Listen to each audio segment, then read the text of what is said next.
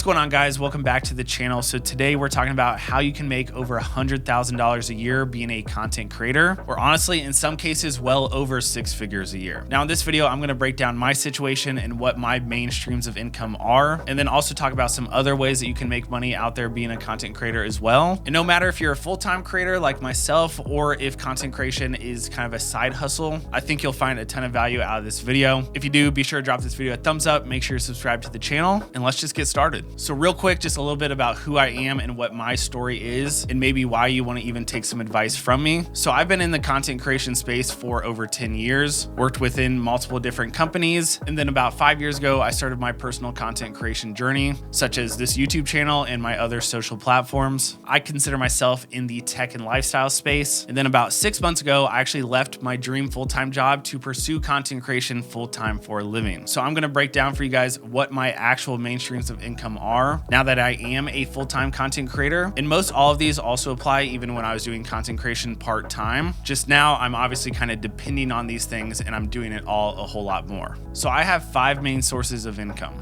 physical products, digital products, affiliate sales, Google AdSense, and brand deals. So obviously I want to dive into each of them a little bit more. And then later on, I'm going to talk about the other streams of income that you can make being a content creator, or some new things that I'm even looking to try out for myself. So I figured it would make the most sense to start with my smallest stream of income and then work our way up to the biggest. So first up, let's talk about physical products. So within the past 6 months, I launched my own brand called Lab Culture. You guys may have seen it within my content before. It's essentially just an extension of myself and my personal brand, but with physical items. And this is a very new thing for me, so it's just really getting started. So far, we've just had a few apparel drops, but we are starting to get into some other items here very soon. But it's a huge passion of mine. These are things that I'm hand packing by myself, physically taking them to the post office and dropping them off to get them shipped out. I've been doing all the marketing myself, mostly just organically through my own content. Now, I won't lie, this is probably the hardest stream of income on this list, as well as the fact that even though this company is very young, we've sold out every drop so far, so it is very successful. But 100% of the money is going straight back into the company right now, really just to try to have it grow as much as possible. So the fact that this is kind of the most challenging way to make money, it's kind of playing for the long game, and the fact that it's my smallest stream of income, because essentially it's zero right now, that's kind of why I'm putting it first on the list right now. But big things are coming for it, and it makes me very excited. But next up, let's talk about affiliate sales. So affiliate sales is basically when you talk about a product or service, and then whenever someone goes through your link, or maybe it's a support code, they buy that product or sign up for a service, the creator gets a kickback of some sort. The most popular one is the Amazon affiliate program. And I like this because it's essentially just passive income. For example, on pretty much any content I make, especially YouTube videos, if you go down in the description, you can either find my Amazon storefront or direct links to certain items that I use or talk about in those videos. For example, I get asked all the time, what camera or what lens am I using to film my content? Well, if you check my Amazon storefront, you can have a direct link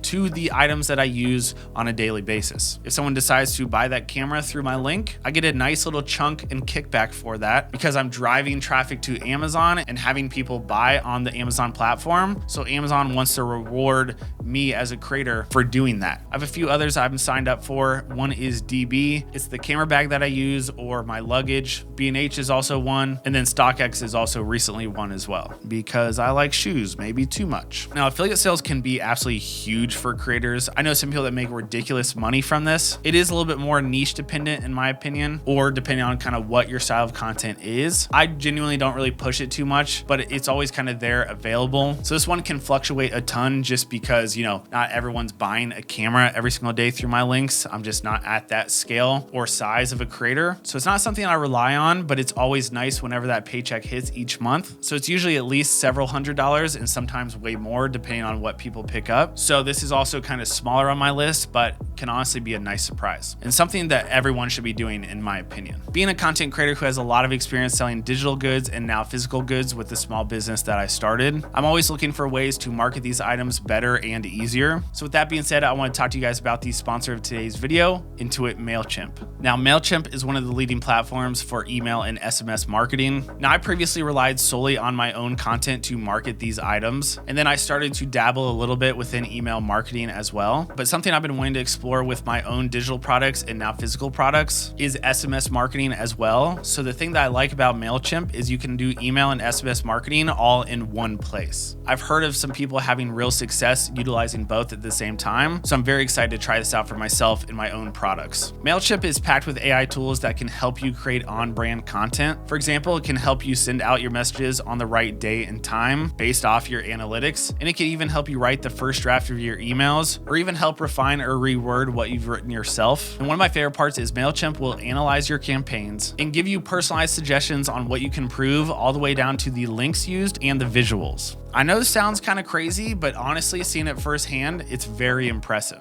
Now, I'm used to writing these campaigns by myself, so having these different tools that almost feel like I have a second set of eyes taking a look at what I'm writing, it's been really helpful and kind of reassuring I'm doing the right stuff. I mean, it can even help you write personalized campaigns based on customer data, and I think we all can agree we get a lot of emails on a daily basis, so having an email or message that can grab somebody's attention right from the jump, I think goes a long way. So maybe you're a creator wanting to market some digital products, or maybe you want to start a weekly newsletter that can drive to your content. Think about how much easier this would make it. Now, I'm going to speak for myself here and admit that I've spent way too much time working on and writing these emails by myself. So having a platform that makes it extremely easy to create these email and SMS marketing campaigns, all while optimizing them better than I could have myself, has been an absolute game changer for me. So in my opinion, it's safe to say that Mailchimp can help you level up your email and SMS marketing. Hit the first link down below if you guys want to learn more for yourself. And shout out to Intuit Mailchimp for sponsoring today's video and supporting the channel. And by the way, that segment falls under brand deals, which we're going to talk about here in a second. So next on the list is Google AdSense. Now, if you've ever heard of a creator talk about the goal of getting monetized on YouTube, this is exactly what they're talking about. So once you do get monetized on YouTube, basically what that means is you are now eligible to start earning money for all your videos that play on their platform. And this money is driven from the different ads that play throughout or during the video. And like most of these things on this list, there's a ton of different variables that go into this. There's a couple terms called RPM and CPM you may have heard of before, but basically however YouTube does it is they take a look at your content and then work with the advertisers to figure out how to price different types and styles of content. For example, if your channel and your video is talking about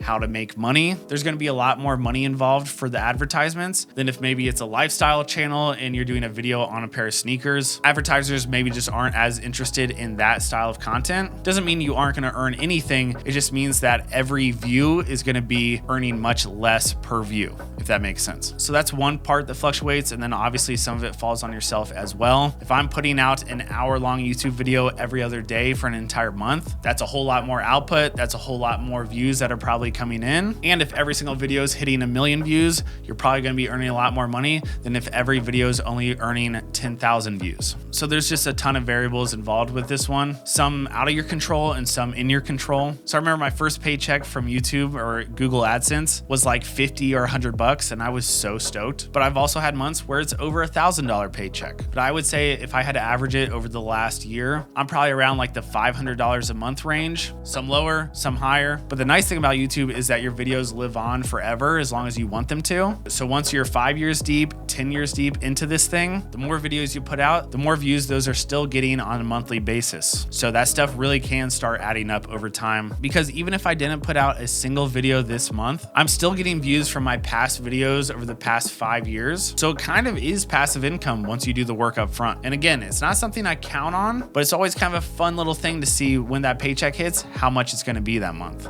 So next up, let's talk about digital products. Now, I love this one and I've found some great success with it over the years. I like the concept of it because you basically do a bunch of work up front to create this digital product, whatever it is. And then once you post it, other than if you decide to keep marketing it, you're done with it and can now make passive income essentially until the end of time, as long as you still have it available for sale. Some of the ones that I currently offer is Lightroom presets, which is super popular for pretty much all photographers or creators out there. It's a relatively simple one to do, and I've had some great success with that. I also offer an overlay pack, which is the overlays I use on all my vertical videos. I also offer wallpaper packs, as well as video LUTs, which is how I color grade my videos. I also even made an ebook talking about my strategy on how to grow over on Instagram. And I made this when I gained like 50K followers in a 3-month span. And I figured out a way to put that strategy into an ebook form, and I monetized it and I made some decent money off it, which was awesome. But really depending on what your niche is, so there's kind of endless possibilities of things you can do. A couple other examples I've seen recently is you could do an online course. And this is something something where maybe you just make a online video course. Like let's say today I decide to make how I edit my videos and make that an online course video. I could create that whole thing, package it up, and then for the next year, just make money off it passively. That's an option. Another one that I know is popular among people is different templates for programs such as Notion. Again, something super easy and simple, especially if it's something you use organically all the time. So I would encourage pretty much any creator to think of a digital product that they could start and sell. But I will say one thing to look out for with this is it's very easy to sniff out when people don't put a lot of time and effort into these things, at least in my opinion. So I haven't dropped a million different digital products or 20 different Lightroom preset packs because I want to only sell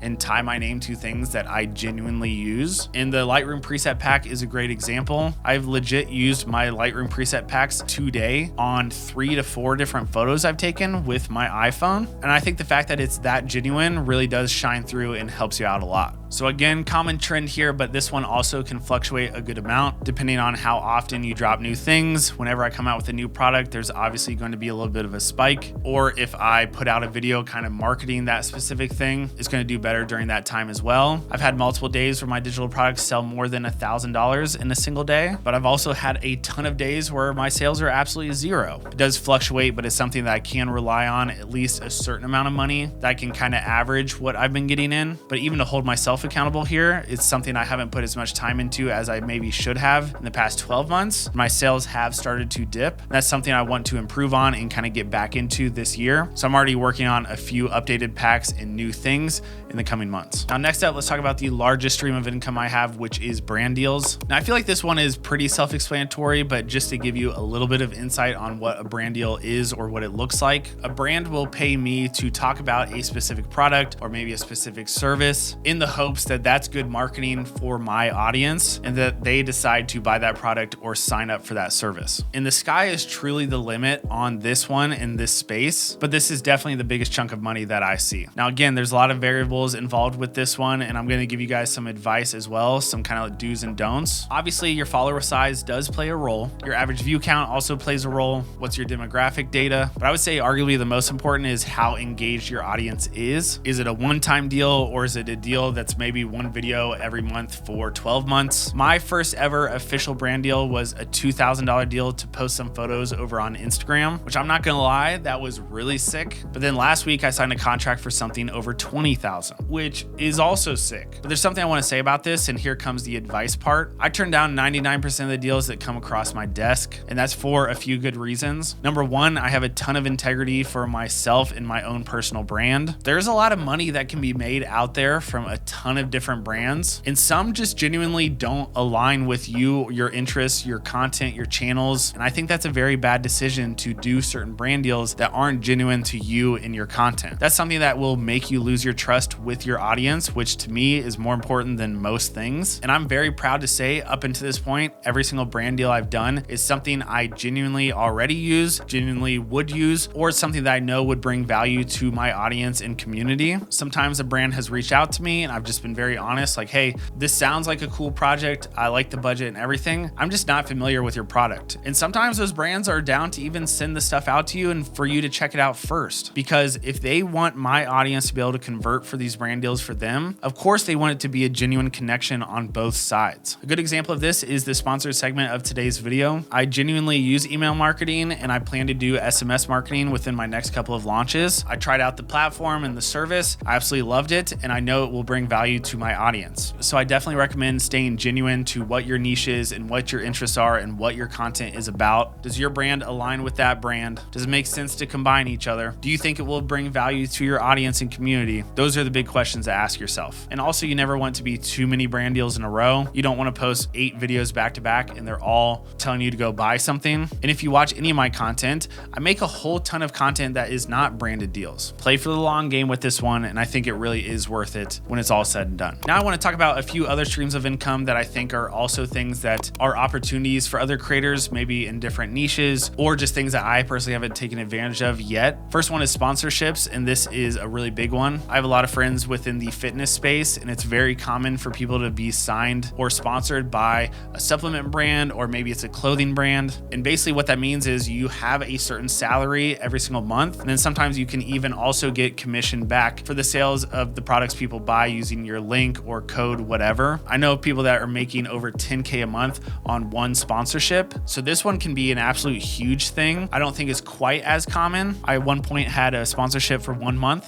If you know, you know, but it's something definitely to think about. Not all brands offer it, but it's a pretty sweet deal if you can land the right thing. Another one is online coaching and cohorts. Last year, I feel like was the year of cohorts, and for good reason. Shout out to Tom Noski. He's kind of made this an entire empire. I like the idea of doing online coaching. I've thought about figuring out a way to do it. It just has to make sense both financially, time-wise, and just set it up in a way that is able to actually bring a lot of value to people.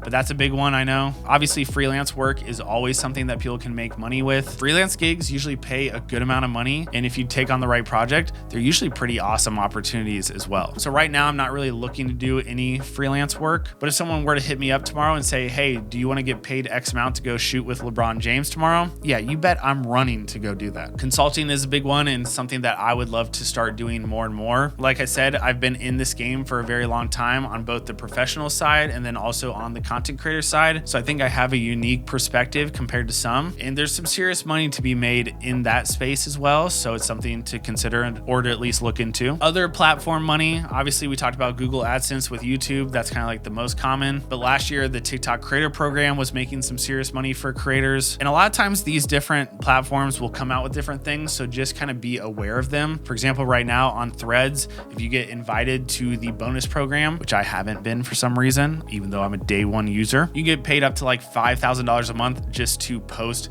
engaging content. So just kind of be aware of all the different platforms, what they offer, and the money that can be made on them. Another thing is gifted campaigns. This is something that is kind of polarizing. Some people think it's a terrible idea. Some people think it's a great idea. I think especially when you're starting out in your content creation journey, maybe you don't have much of a following yet, or you're just kind of getting new to the space. If a brand you're really into wants to send you a product that you would buy and make a video about for yourself, and they're going to send it to you for free, why wouldn't you accept that deal? You know what I mean? But you do have to kind of figure out that threshold that at a certain point, it's not worth doing that gifted campaign, and you do have to figure out what kind of your time is worth. So that's obviously going to be different for everyone, but sometimes you can get some pretty awesome stuff. I don't see anything wrong with it. And then just real quick, I want to hit on a couple other things to keep in mind, just with the overarching thing, talking about being a content creator and making money in this space, no matter if it's full-time or on the side, you got to diversify your platforms. I would say it's pretty even for the amount of deals that I get on Instagram and YouTube, which I'm very proud of. I also get a good amount over on TikTok as well. So I think it's good to be in a few different places. Then also not even from a brand deal standpoint, but obviously within this past month, we almost had a scare of one of the largest platforms going away or getting banned. I know some creators that their entire audience or 99% of their audience is just on one platform. So if that were to just go away tomorrow, maybe it gets banned, maybe your account gets hacked, maybe something just wrong happens, there goes everything overnight. So for multiple reasons, it's good to diversify what platforms you're on and be smart with that, because it's very, very important. And then to kind of piggyback off of that, not only do you want to diversify your platforms, but you also want to diversify your streams of income. Even right now, for me, brand deals is a huge chunk of my income. I want to get to a point where I can live completely off of all of my passive incomes. And then brand deals is just the cherry on top, which can honestly be a giant, huge cherry on top. But I want to be able to control that situation as much as possible. So just something to keep in mind,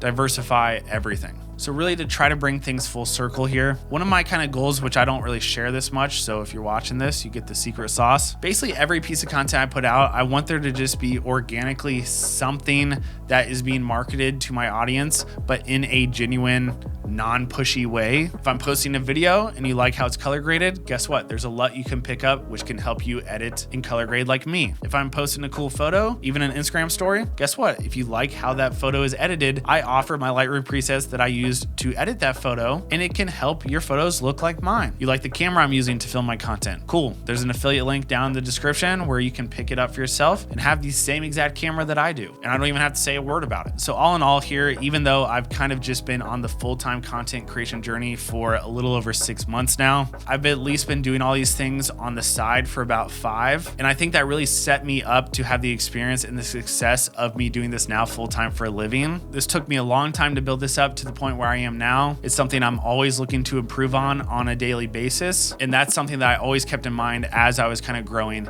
and building this thing along the way. So guys, I hope you found some value in this video. This is basically my blueprint for how I'm able to be a full-time content creator. And also I'm curious, if you are a content creator, whether part-time, full-time, somewhere in between, let me know what style of content you guys create down below. I'm very curious to hear. If you guys enjoyed this video, please drop it a thumbs up. Make sure to subscribe to the channel. Don't forget to check out Intuit Mailchimp down in the description, and I'll catch you guys in the next video. Peace.